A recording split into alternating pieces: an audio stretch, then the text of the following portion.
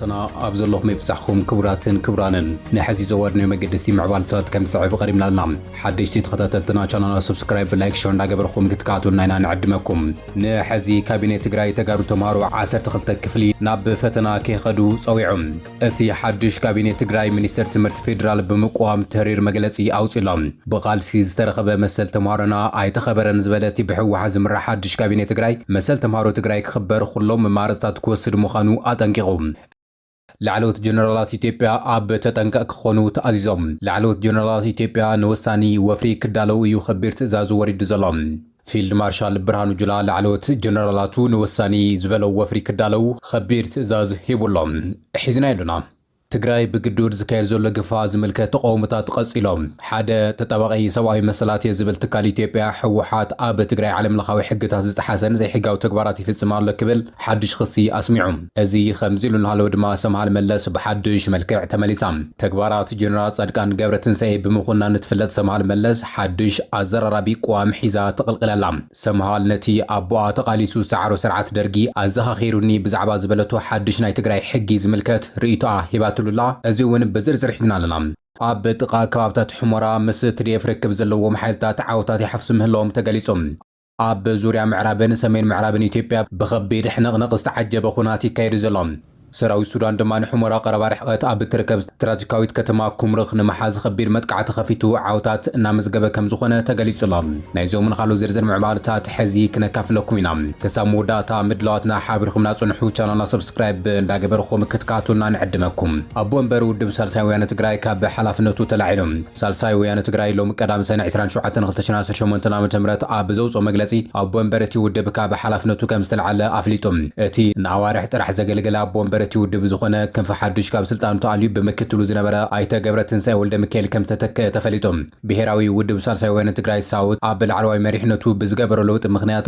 ናይተ ገብረትንሳይ ወልደ ሚካኤል ሓድሽ አቦ ወንበር ገይሩ ክመርጽን ከሎ ናይተ ተክለ ሃይማኖት ባወቀ ድማ ምክትል አቦ ወንበር ገይሩ ከም ዝመረጾ አፍሊጦም ሳልሳይ ወያነ ትግራይ ምዕሩይን ዲሞክራሲያዊ ናይ መሪሕነት ሽግግርን ሽግሽግን በምግባር ዝፍለጥ ውድብ ምዃኑ ይዝከርም እዚ ሓድሽ ናይ መሪሕነት ምትዕራይ ድማ ኣካልቲ መስርሕ ምዃኑ ብሄራዊ መሪሕነት እቲ ውድብ ኣፍሊጡሎም በዚ መሰረት እዚ ድማ እቲ ብሄራዊ መሪሕነት ብዲሞክራሲያዊ መንገዲ ድምጺ ብምሃብ ናይተ ገብረትንሳይ ወልደ ሚካኤል አቦ ወንበር ገይሩ ከም ዝመረጸን ናይተ ተክለ ሃይማኖት ባወቀ ድማ ምክትል አቦ ወንበር ገይሩ መሪጽዎ ከም ዘሎን እዩ ብሎም ዕለት ዕላው ገይሩ ዘሎም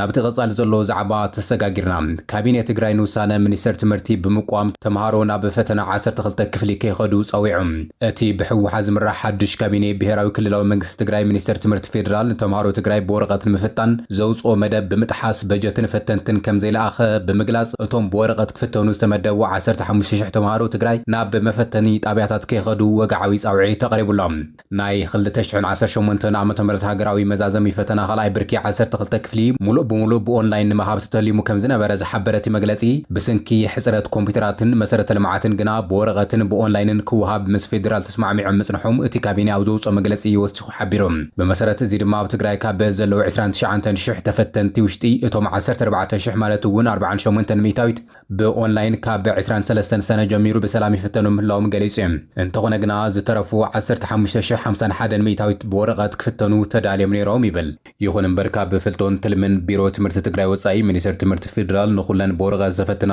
በጀት ክሰድደን ከሎና በትግራይ ግና ክሳብ ሕዚ ዝኾነ ነገር ከም ዘይላኣኸት ካቢኔ ወሲኹ ገሊጾም ክልላዊ መንግስቲ ትግራይ ተምሃሮ ትግራይ ቦርጋት ከይፈተኑ ዝዓግዝ ዝኾነ ይኹን ዘእምን ምኽንያት ከም ዘየለ ገሊጹ ነዚ ድማ ኣብ ክንዴቲ ብስንኪ ኩናት ከቢድ ጉዳት ዝበጽሖም ተምሃሮ ትግራይ ደገፍ ምግባር በአንጻሩ ቀጻልነት ናይቲ ኣብ ልዕሊ ትግራይ ዝተፈጸመ ኩለንተናዊ መጥቃዕቲ ኮይኑ ይቐጽል ከም ዘሎ ይገሊጾም ስለዝኾነ ድማ መንግስቲ ትግራይ ተምሃሮ ትግራይ ኣቀዲሞም ዘይተዳለውሉ ስልጠናን መብርህን ዘይተዋሃብሉ ስርዓት ኣፈታትና ሜላ ይኹን እዋን متكبر فسيو متقبلنت كم زي بلو يو جليس ظلام بمسارة زي دما منيستر تمرت فيدرال نابتي ناي مجمريا مدب انت زي تمليسو اتوم بورقة كفتنو مدب تتحيزلهم زنبرو تمهارو عب حملة سلسته يخون حملة شدشتا قلتشن 10 شمونتنا متمرت تحاسيبو ناب زلو فتنا نخيمصو يو وقعو صاوعي تغير ظلام منقس تግራይ مسل تمهارو نمحلاو خل عينت ممارسات كم زوسدون አጠንቂቀዮም لعلوت جنرالات إثيوبيا أب تتنقق خنو تأزيزهم لعلوت جنرالات إثيوبيا نوسان معرف كدالو يخبر تأزاز وريد زلام إثيوبيا بر بحر المركب أب تجبرو فري لعلوت جنرالات أب تتنقق خنو العلم الدراك جبرون وقعوز خن متنققتها أم حلال فام إتما جرشو محلات من كل غالي إثيوبيا في المارشال برهانو جلا جنرالاتو بر بحر المركب العلم الدراك جبرو علاو تأزاز أوريدهم ፊልድ ማርሻል ብርሃኑ ጁላ ብሎም ዕለት ሲቪል ስለላ ዝርከብዎም 42 ላዕለዎት መኮንናት መሪቑ ሽልማት ኣብ ዝሃበሉ መድረኽ ኢትዮጵያ በሪ ባሕርን ምርካብን እተካይዶም ወፍሪ ጀነራላቱ ልዑል ምድላው ክገብሩ ኣጠንቂቖም ንሱ ንላዕለዎት ኣመራርሓ ሰራዊት ኢትዮጵያ ኣብ ዘመሓላለፎ መልእኽቲ ሃገሩ በሪ ባሕርን ምርካብ ኣዝዮም ውስንትን ዝተሓላለኹ መስመራት ክትሓልፍ ከም ትግደድ ገሊፆም በሪ ባሕሪ ብቐሊሉ ዘይርከብ ምዃኑ ፈሊጥኹም ጠንካራ ቅድመ ምድላዋት ክትገብሩ ይግባእ ክብል ገሊፆም ብርሃኑ ጁላ ዋላ እኳ እቲ ቅድመ ምድላው እንታይ ምዃኑ ኣይጠቐስ እምበር ሰራዊቱ ንኸቢድ ተልእኾ ክዳለዉ ከም ዝግባእ ግና ወግዓዊ ዝኾነ ትእዛዝ እዩ ኣመሓላሊፉ ዘሎ ማዕኸላት ዜና ኢትዮጵያ ኣብ ዘውፅዎ መግለፂ ከም ዘመላኽቶ ዞባ ቀርኒ ኣፍሪካ ኣብ ኣዝዩ ዘይርግኡ ኩነታት ከም ዝርከብን እንተኾነ ግና ሰራዊት ኢትዮጵያ ረብሓታቱ ንምሕላው ከም ዝሰርሕ እቲ ጸብጻብ ወሲኹ ከም ዘመላኽቱ እቲ ፊልድ ማርሻል ነቲ ከንቱ ዝበለ ሕልሚ ጥምረት ሓይልታት ጽምዶን የምኽኖ ከም ዘሎ ተዛሪቦም ኢትዮጵያ ኣብ ቀይሕ ባሕሪ ተቕርቦ ዘላ ሕትዋነት ከይዕወት ታሪካዊ ዝበሎም ጸላእቱ ጽምዶ ፈጢሮም ዕንቅፋት ይፈጥሩን ትንኮሳታት የካይዱ ምህላዎም እቲ ፊልድ ማርሻል ዝተዛረበ እንተኾነ ግና ሰራዊቱ ነዚ ንምፍሻል ኣብ ጠንካራ ኣቋም ከም ዘሎ ገሊፆም ሃገሩ ካብ ቀይሕ ባሕሪ ክትርሕቕ ካብ 60ታት ጀሚሩ ዝተኣለመላ ሸርሒ ዘይፍትሓዊ ከም ዝኾነ ዝገለጸ እቲ ፊልድ ማርሻል ኣብዚ ሕዚ እዋን ግና ሃገሩ ኣብ ዞባ ቀርኒ አፍሪካ ቀይሕ ባሕሪ ዝህልዋ ተረባሕነት ንምዕባይ ከም ትሰርሕ ገሊፆም ጠላቶቻችን ድብልቅ አካሄዶችን በመጠቀም በውክልና ጦርነት ጠምደው ለማቆየት እየታተሩ መሆናቸው ግልጽ ነው። የቀጠናውን ያልተረጋጋ የደህንነት ሁኔታ እንደ መልካም አጋጣሚ እየተጠቀሙ የሀገር ውስጥ ባንዳዎች ጋር ተቀናይተው እንቅፋት ለመሆን ቢሞክሩም በጠንካራ የአርበኝነት ታሪካችን ላይ ተመስርቶ የተገነባው ሰራዊታችን በየጊዜው እየመታቸው እየሰበራቸው መተንፈሻ አሳጥቷቸዋል። ሰራዊታችን ከምን ጊዜውም በላይ አንድነቱ ተጠናክሮ አደረጃጀቱ ሰፍቶና የዘመኑ ወታደራዊ ትጥቆችና ቴክኖሎጂ ታጥቆ በከፍተኛ የዝግጁነት ደረጃ ላይ ይገኛል። ሰራዊቱ ንዝወሃቦ ዝኾነ ይኹን ተልእኾ ድሉው ክኸውን ዝኣዘዘ እቲ ፊልድ ማርሻል ኣብዚ ሕዚ እዋን ዘሎ ኩናት ብሚሳይል ብአርቲፊሻል ኢንተለጀንስ ዝተሓገዘ ብዘመናዊ መልክዕ ዝካየድ ምዃኑ እውን ገሊጹ እዮም። የምታደርገው ጉዞ ፈታኝ መስመሮችን ማለፍ የሚጠይቅ መሆኑን በመገንዘብ ጠንካራ ዝግጁነት ማድረግ አስፈላጊ መሆኑን ለመግለጽ እወዳለሁ። ለዘመናት በሰላም እጦት የሚገለጸው የቀይ ባህርና አፍሪካ ቀንድ አካባቢ የደህንነት ሁኔታ ከምን ጊዜውም በላይ የግጭት ቀጠና የሆነ እየተወሳሰበ መጥቷል። ኢትዮጵያ በቀጠናው የምትገኝ ከማንኛውም የቀጠናው ችግርና ተጠቃሚነት ማምለጥ የማትችል ትልቅ አገር ናት። ጠላቶቻችን ኢትዮጵያ አካባቢውን የማረጋጋትና የመምራት ሚናዋን እንዳትጫወት ለማስገደድ ኢትዮጵያ በውስጥ ጉዳዮች ብቻ እንድትጠመድ በሌላ በኩል ደግሞ ጎረቤቶቻችን እንዲታመሱ በማድረግ ለውስጣዊ ደህንነታችን ዋና ጫና ለመፍጠር የሚችሉ ሴራዎችን እያሴሩ ሴራውን ወደ ግጭት እየቀየሩ አበክረው እየሰሩ ይስተዋላሉ። ኢትዮጵያን ከባህር ዳርቻ ለማስወጣት የተጠቀሙበት ዘለግ ያለ እድሜ የነበረው ጸረ ኢትዮጵያ ቅንጅት ዛሬ ደግሞ እድሳት ተደርጎለት ስሙን ቀይሮ ጽምዶ ብሎ በመሰየም ታሪካዊ የጸረ ኢትዮጵያ ሴራውን ቀጥሎ ይገኛል። የዚህ ጥምረት ወይም ቅንጅት ወይም ጽምዶ ባለቤት ከኢትዮጵያ ጫንቃ ላይ መውረድ የተሳነው የግብጽ ገዢ መደብ ነው። በጎረቤታችን መላላክ የለመዱ መንግስታትና ቡድኖች አሁንም መላላክ አላቋረጡ። ኢትዮጵያን ለማዳከም ለሚሰሩ ስራ በሚከፈላቸው የማይጠረቃ ጥቅም ኢትዮጵያን ይዘው አብረው ከማደግ ይልቅ ራሳቸውን ከችግር ከማውጣት ይልቅ በችግር ውስጥ እየኖሩ እኛን ጎትተው ወደ ችግር ማስገባት ይፈልጋሉ። በምስራቅ አፍሪካ የነበረውና አሁንም ያለው የሰላም እጦት የአንድ አዝማች እና የተላላኪ ጎረቤቶቻችን እና የውስጥ ባንዳዎች ቅንጅት ነው። ሰምሃላ በቀረባ እዋናት ኣብ ትግራይ ጸደቀ ናይ ህልውና ድሕነት ንስሰመ ሓድሽ ኣዋጅ ስርዓት ደርጊ ዘዘኻኸር ኢላቶም እቲ ሓድሽ ኣዋጅ ንስርዓት ደርጊ ዘዘኻኸር እዩ ዝበለት ንሳፍ ነታ በቀረባ እዋናት ኣብ ሚድያታት ቀሪባ ርእይቱ ዝሃበት ሓላፊት ቤት ጽሕፈት ሕወሓት ፈትለወርቅ ገብረ እግዚአብሔር መንጆሪኖ ድማ ዲፕሎማሲ ኣይርዳእን እዩ ክትብል እያ ኣዘራራቢ ርእይቶ ሂባ ዘላ ጓል ነብስሄር መለስ ዜናዊ ዝኾነት ሰምሃል መለስ ዜናዊ ነቲ ኣብ ቀረባ እዋናት ብሕወሓት ወፅዩ ዝጸደቀ ሓድሽ ኣዋጅ ሓሜቱ እውን ዝኽልኽል ናይ ደርጊ ሕጊ ክትብል ብትርነቂፋቶም ሰምሃል ኣብ ሚድያ ቀሪባ ኣብ ዝሃበቶ ቃለ መሕተት እቲ ሓድሽ ኣዋጅ ሰሙያ ሕጊ ትረፍሞ ንባብን ጽሕፈትን ዝኽእሉ ሰባት እውን ጽሒፎም ክበሃል ምእማኑ ዘጸግም እዩ ክትብል ተዛሪባ እቲ ኣዋጅ ብዙሕ ጉድለታት ዘለዎ እዩ ሓሜቱ እውን ከይተረፈ ዝኽልኽል ናይ ዘመነ ደርጊ ሕጊ እዩ ክትብል እያ ገሊጻ ሓላፊት ቤት ጽሕፈት ሕወሓት ወይዘሮ ፈትለወርቅ ገብረ እግዚአብሔር መንጆሪኖ ኣብ ቀረባ ግዜ ብዛዕባ ዝሃበቶ መግለጺ ዝተሓተተ ሰምሃል እቲ መግለጺ ነቲ ኣብ ባይታ ዘሎ ኩነታት ካብ ምእራም ናይ ገዛ ርእሳን ናይቲ ጉጅላን ስልጣን ንምጉልባት ዝዓለመ መግለጺ ኣሄባ ክትብል ሰምሃል ተዛሪባ መንጆሪኖ ብዛዕባ እቲ ዘሎ ዓለምለኻዊ ኩነታት ኣሰራርሓ ዲፕሎማሲ ፈጺሙ ኣይርዳእን ዝበለት ሰምሃል ዲፕሎማት ማለት ንዝገጠመካ ናይ ዲፕሎማሲ መግለጽታት ገብረ መልሲ መሃብ ዘይኮነስ ነቲ ኣብ ባይታ ዘሎ ሓቂ ተረዲእኻ ናይ ምምሕያሽ ስጉምታት ሒዝኻ ምቕራብ እዩ ክትብል እያ ኣስሚራ ተዛሪባ ዘላ ሕወሓት ኣብ ዝሕዚ እዋን ዓቕሙ በቲኑ እቲ ውድብ ኣብዚ ደረጃ እዚ ወሪዱ ካብ ምርኣይ ኣዝዩ ዘሕዝን ነገር የለን ክትብል እውን ሰምሃል ወሲኻ ተዛሪባ እያ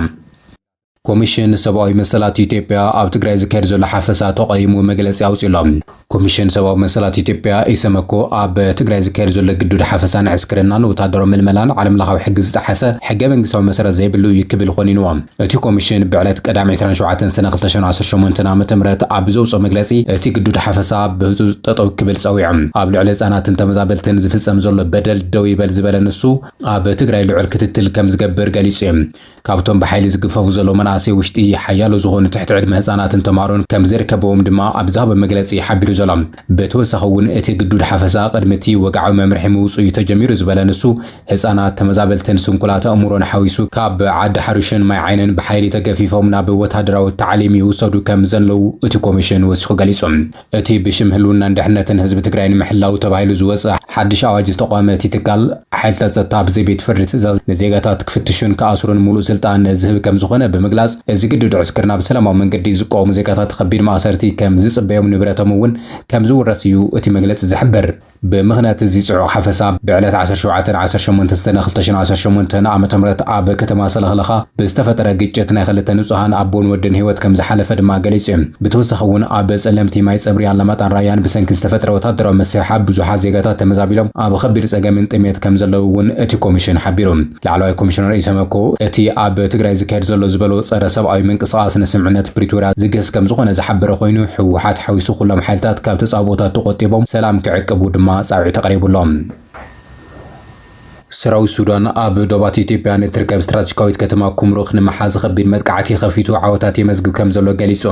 ሰራዊት ሱዳን ምስ ቤንሻንጉል ጉሙዝ ኢትዮጵያ እትዳቡ ስትራቴጂካዊት ከተማ ኩምሩኽ ንምምላስ መጠነ ሰፊሕ ወታደራዊ መጥቃዕታት ከም ዝኸፈተ ምንጭታት ሰራዊት ኣፍሊጦም እቲ መጥቃዕቲ ትማል ዓርቢ ጀሚሩ ኣብ ወሰነታ ከተማ ይካየድ ከም ዘሎ ዝተገለጸ ኮይኑ ማዕኸላት ዜና ድማ ነዚ ጸብጻብ እዚ ፍሉይ ሸፈነ ሂቦን ኣለዋ ብመሰረት ጸብጻብ ኣናደሉ ሓይልታት መንግስቲ ሱዳን ኣብ ልዕሊ ሓይልታት ቁልጡፍ ደገፍ RSF ናይ ከቢድ መሳርሕታትን ናይ ኣየር ድብደባ ፈጺሞም ነታ ስትራቴጂካዊት ከተማ ንምምላስ ጻዕርታት ይካይዱ ከም ዘለው እዩ ገሊጹ ዘሎ እዛ ስትራቴጂካዊት ከተማ ካብ ወርሒ መጋቢት ጀሚሩ ብጥምረት RSF ምንቅስቓስ ሓርነት ህዝቢ ሰሜን ሱዳን SPLM ተታሒዛ ከም ዝጸንሐት ኣዘኻኺሩ እቲ ብሕቡራት እምራት ተሰዓረበ ከም ዝድገፍ ዝፍለጥ RSF መሓዙቱን ነታ ከተማ ምስ ተቆጻጸርዋ ኣብቲ ዞባ ዘሎ ግጭት ናብ ዶባት ኢትዮጵያ ክሰጋገር ይኽእል እዩ ዝብል ከቢድ ስጋት ተፈጢሩ ከም ዘሎን ቅድሚ ሒደት ኣዋርሒ እውን ብስንኪ ዝወረደ ናይ ድሮን መጥቃዕታት ኣብቲ ዶባት ዝርከብ ስዊላት ተጎዳእቲ ከም ዝነበሩ ድማ ኣዘኻኺሮም ከተማ ኩምሩኽ ናብ ኢትዮጵያን ደቡብ ሱዳንን ዝወስዱ ዓበይቲ ናይ ቀረብ መራኸብታት መስመር ትቆጻጸር ምዃና ዓብዪ ጂኦፖለቲካዊ ኣገዳስነት ከም ዘለዋ ይፍለጥ እዩ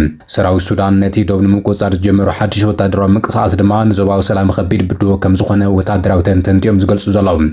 ኢራን ሓደ ሰሙን ዝጸንሕ ናይ ሓዘን መርሃ ግብሪ ኣውጃ ኢራን ብሞት ላዕለዋይ መራሒኣ ንሓደ ሰሙን ዝጸንሕ ናይ ሓዘን መርሃ ግብሪ ከም ዝኣወጀት ተፈሊጡ ኣብ ኢራን ኣያቶላህ ዓሊ ካማኒ ናይ ዘመን ናይ ኣስክሬን ምፍናው ስነ ስርዓት ይካየድ ከም ዘሎ ተገሊጹሎም ቅድሚ ኣዋርሕ ብመጥቃዕትታት ኣሜሪካን እስራኤልን ዝተቐተሉ ናይ ቀደም መራሒ ላዕለዋይ ኣያቶላህ ዓሊ ካማኒ ንመዓልታ ዝቐጽል ስነ ስርዓት ቀብርን ህዝባዊ ሓዘንን ኣብ ቴህራን ተጀሚሩ ከም ዘሎ ተገሊጹ ኣያቶላህ ዓሊ ካማኒ ሐሙስ ኣብ ትውልዲ ዓዶም ማሻሃድ ክፍጸም ከም ዝኾነ ዝተገለጸ ኮይኑ ክሳብ ሽዑ ረይሶም ባንዴራ ኢራን ተሸፊኑ ኣብ ቴህራን ኣብ ዝርከብ ዓብዪ መስጊድ ማሶላ ተቐሚጡ ከም ዘሎ ይፍለጥ እዩ ሰበስልጣን ኢራን ኣብዚ ስነ ስርዓት ካብ 15 ክሳብ 20 ሚሊዮን ህዝቢ ክሳተፍ ከም ዝኽእል ገሊጾም ኣብዚ ቀዳማይ መዓልቲ ስነ ስርዓት ሓዘን ፕሬዝደንት ኢራን ማሱድ ፔዜሽኪያን ኣብ መንጎ ኣሜሪካን ኢራንን ዝተዓረቑ ቀዳማይ ሚኒስተር ፓኪስታን ሻህባዝ ሸሪፍ ናይ ቀደም ፕሬዝደንት ሩስያ ዲሚትሪ ሜድቬዴቭ ሚኒስተር ጉዳያት ወጻኢ ታሊባን ኣሜሪካን ሙታቂን ተረኺቦም ኣለዎም ክብራትን ክብራንን ሎም ዕለት ናባኹም ዝሓረናይ መገደሲ ምዕባለታት ነዚኦም ይመስሉ ነይሮም ሓቢርኩምና ስለ ዝጸናሕኩም ኣዚና ነመስግን ቻናልና ሰብስክራይብ ስለ ዝገበረኹም እውን ኣዚና ነመስግን